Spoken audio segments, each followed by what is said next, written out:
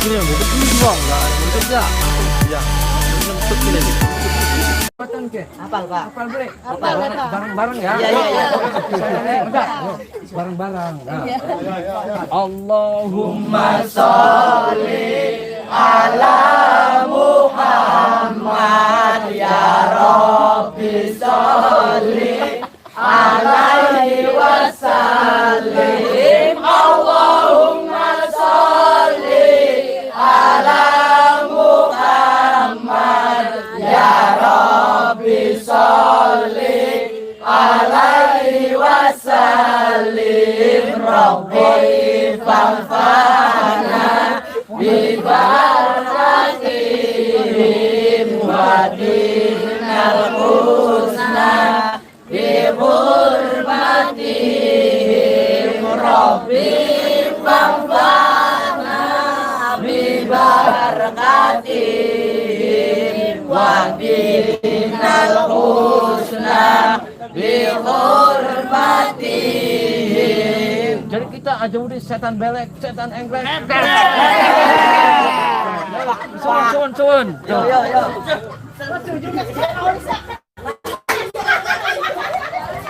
Jadi itu sahabat, wah luar biasa. Sholawat. Jadi kita ketika terus mendawamkan sholawat kepada baginda Nabi kita Muhammad Shallallahu Alaihi Wasallam, insya Allah kehidupan kita akan lebih baik. Insya Allah. Apalagi sholat kita diperbaiki, baca Quran kita diperbaiki, insya Allah. Assalamualaikum. Waalaikumsalam warahmatullahi wabarakatuh. Sehat Pak? Sehat. Alhamdulillah. Pak, saya Ujang Bustami. Saya yang pertama silaturahmi, yang kedua mau bincang-bincang terkait dengan Syekh Maglum Sakti, Pak. Iya. Bapak dengan Bapak siapa, Pak? Bapak Ustadz Tabiin. Oh, Bapak Tobiin. Pak, Iya. sudah lama jadi juru kunci di sini, Pak? Ya baru 10 bulan. Oh, 10 bulan. Iya. Pak, bisa nggak ceritakan sedikit siapa sih Pak beliau Syekh Maglum Sakti itu, Pak? Ya sepengetahuan saya Syekh Magelung Sakti itu yang asalnya Sarif Sam. Artinya Sarif Sam itu orang yang mulia. Artinya dari duriyah Rasulullah, turun kanjeng Rasulullah SAW. Menurut sejarah yang saya tahu ya Pak Ustadz Bustami, dikarenakan mereka itu dari kecil sampai dewasa tiada yang bisa motong rambutnya, sehingga tanya-tanya seulama selilingnya itu tidak bisa untuk memotong rambut tersebut. Akhirnya ada yang ngasih tahu kalau memang betul-betul kamu pengen betul rambutnya harus keluar dari negara sini. Negara mana itu, Pak? Negara Mesir, Sam. Negara Sam. Terus? Nah terus sampai ke ini malahan disebutkan itu yang motong itu orang Cirebon, katanya orang dari Pulau Jawa. Kata di Mesirnya. Iya di Mesirnya itu, entah siapa yang beritahu. Akhirnya sampai ke sini, nah tiba-tiba ada seorang kakek lagi mengembala kambing. Pas dia itu, ya itu yang memotongnya, yang ini ada yang dua keterangan. Ada yang mengatakan King Cirebon, ada yang mengatakan Syekh Sarif. Waktu itu di namanya Karanggetas. Oh, di kota Karanggetas. Di kota Karanggetas. Jadi beliau Syekh Maglum Sakti itu gondrong. Gondrong. Tidak ada yang bisa memotong rambutnya. Dah bahkan di Mesir sendiri yang bisa memotong rambut beliau ada di daerah Cirebon. Iya betul. Jadi jauh dari Timur Tengah datang ke Cirebon. Datang ke Cirebon. Nah, iya. ternyata benar ada yang bisa memotong. Iya betul. Emang dulu rambutnya berapa meter, Pak? Ya, itu kalau masalah panjang rambutnya saya tidak melihat keterangannya, semenjang panjang aja lah, begitu aja. Nah, beliau datang ke sini setelah rambutnya itu bisa dipatahkan dan bisa dipotong itu. Terus beliau di sini dalam rangka apa, Pak? Di daerah sini nih, Pak. Ya memang Mengajarkan Islam itu. ya memang ada yang mengatakan ditugaskan oleh Syekh Sarif untuk menyebarkan agama Islam di ke utara Cirebon. Ada yang mengatakan saya pengen uzlah menyendiri. Pak, bisa nggak kita sambil jalan-jalan keliling-keliling? Bisa, Pak? Ya insya Allah moga. Ya, jadi Syekh Maglum Sakti itu ternyata dari Timur Tengah. Iya. Beliau ada mempunyai rambut yang sangat gondrong dan tidak ada yang bisa mampu untuk memotong. Dan ternyata yang bisa memotong adalah Mbahku Cirebon ya, Pak? Iya. Malah tempat yang dipotongnya itu dinamakan Karanggetas. Oh, itu daerah yang dipotongnya dari Karanggetas. Iya. Berarti ada mitos ngomongnya orang yang kalau lewat Karanggetas itu kalau punya ilmu apapun pasti rontok ya, Pak? Katanya mitos itu begitu ada yang. Nah, kalau ini apa ini, Pak? Nah, ini namanya tinggalannya Syekh Magelung, namanya pedasan keramat.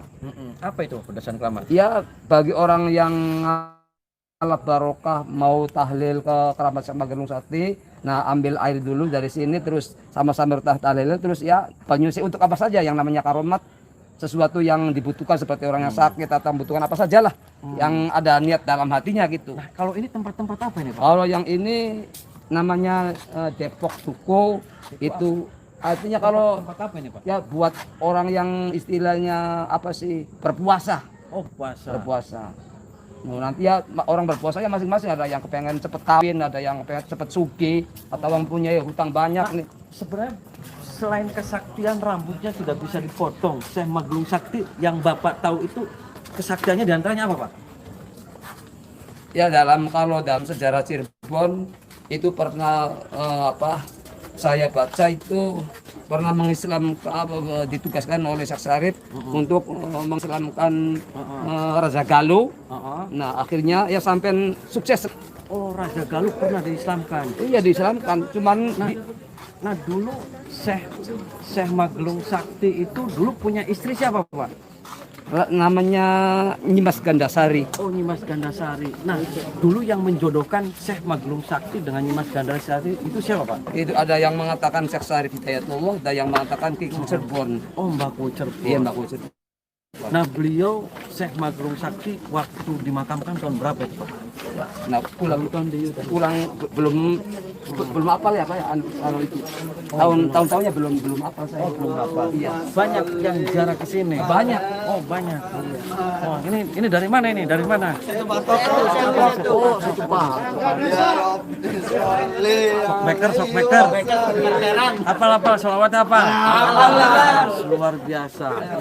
Allahumma sholli ala Muhammad. Bermain sih. Gimana sih? Jaringannya muter-muter, mau mancing jeruk ya muter-muter biasa. Jadi gimana? Sambil muter-muter aja, Pak. Ayo, silakan. Jadi pengen mancing jeruk, sinyal hilang. Nah, saya tadi bincang-bincang lagi tentang Syekh Magelung Sakti. Dulu dipotong tuh rambutnya dimakamkan di mana itu, Pak? Di makamnya ya waktu begitu udah patah langsung dilempar ke kali.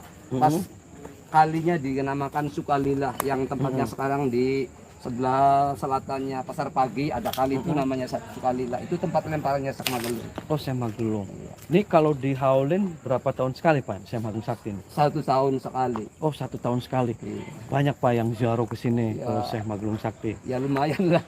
Oh, dari mana saja, Pak? Penjuru semuanya dari Medan, dari Jambi, dari luar Pulau Jawanya. Nah, Bapak pernah nggak mimpi ketemu beliau atau ada isyarat apa? Pernah, Pak? Nah, kalau masalah itu saya belum berani mengatakannya.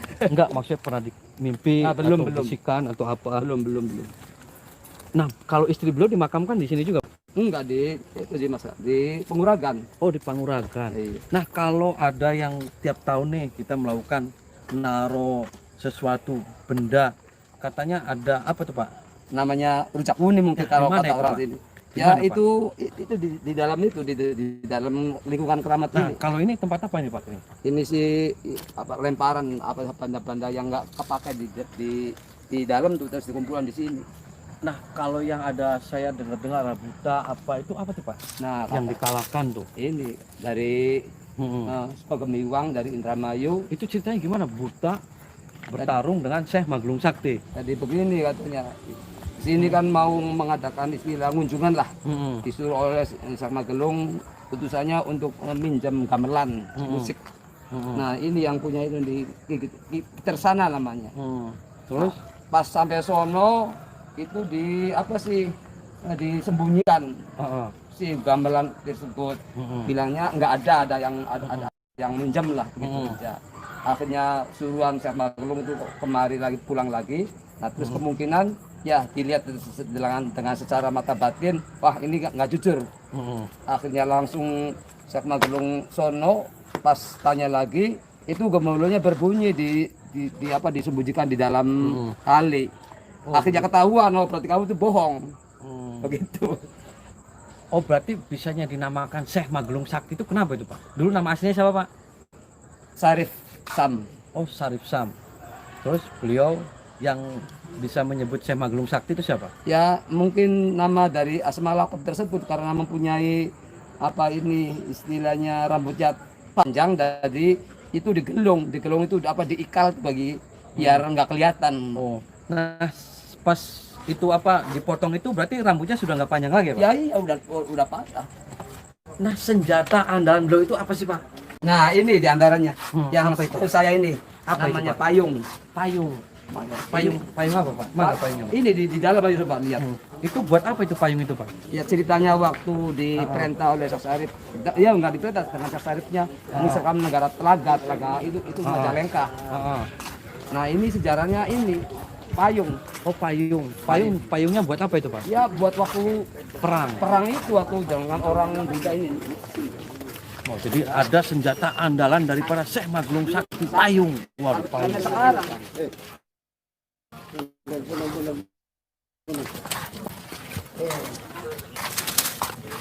ini bukan main kalau dikeluarkan itu. Oh, ini payungnya Pak? Iya panjang itu.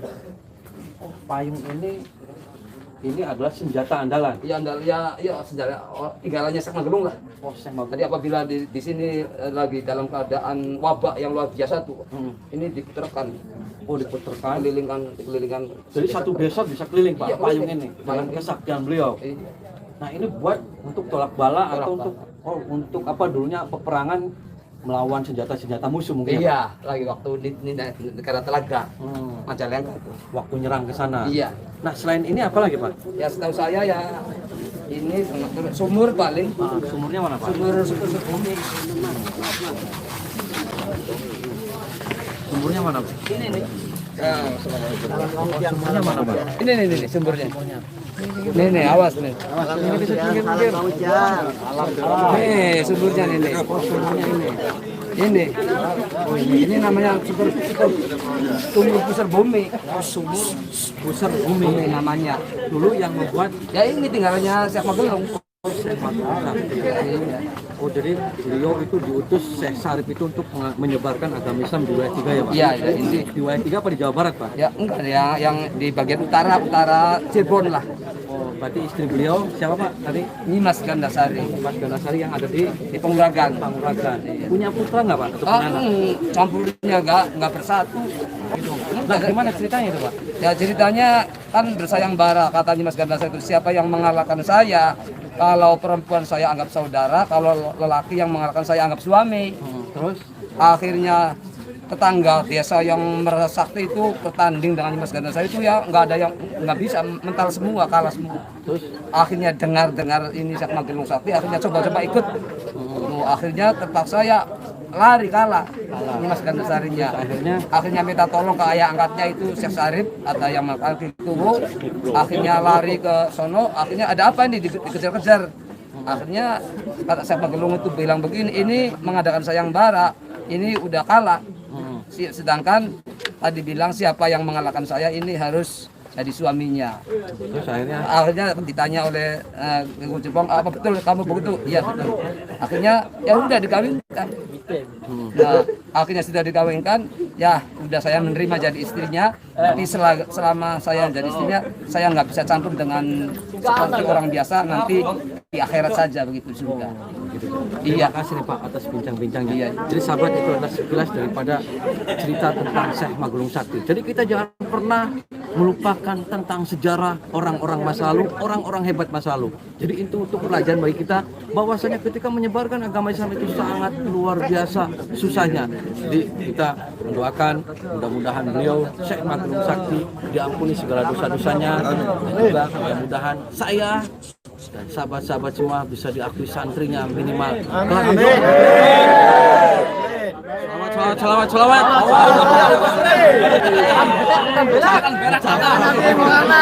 Selawatan ya.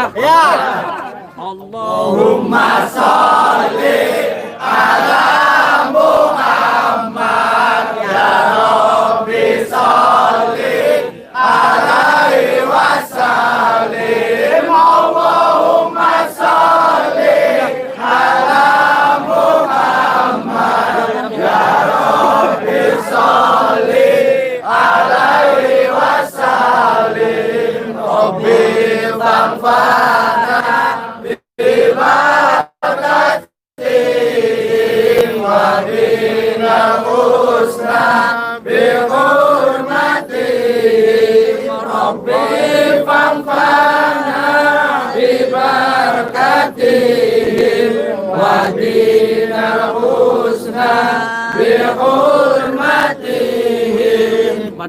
Matur suwun. Mudah-mudahan kita kelak yaumul kiamah, yaumul masyar akan mendapat syafaatnya Rasulullah sallallahu alaihi wasallam. Terus perbanyak sholawat, istighfar, perbanyak baca Al-Quran dan terus perbaiki sholat kita. Insya Allah semakin sholat kita baik, insya Allah kehidupan kita akan lebih baik.